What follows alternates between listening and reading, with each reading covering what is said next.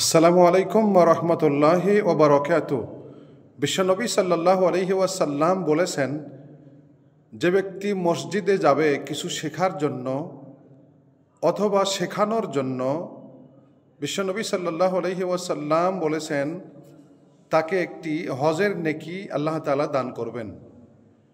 কোরআন শিক্ষার জন্যে কেউ যদি মসজিদে যায় অথবা হাদিস শিক্ষার জন্যে যায় অথবা দ্বীনি কিছু এলেম শেখার জন্যে মসজিদে যায়, তাকে আল্লাহ তাআলা একটি হজের নেকি দান করবেন।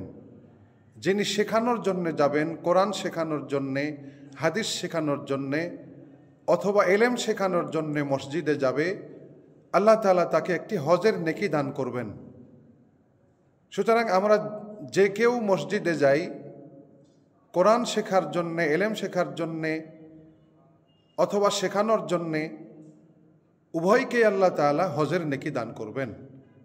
মহান আল্লাহ তাআলা আমাদেরকে বেশি বেশি মসজিদে গিয়ে এলেম শেখা এবং শেখানো, কোরআন শিক্ষা দেওয়া এবং কোরআন শিক্ষা নেওয়া আমাদেরকে তৌফিক দান করুন, আমিন। যাতে করে আমরা একটি করে হজের নেকি আল্লাহ তাআলার পক্ষ থেকে পেয়ে যাই। সুবহানাকা আল্লাহুম্মা ওয়া বিহামদিকা আশহাদু আল্লা ইলাহা ইল্লা আনতা আস্তাগফিরুকা ওয়া আতুবু ইলাইক।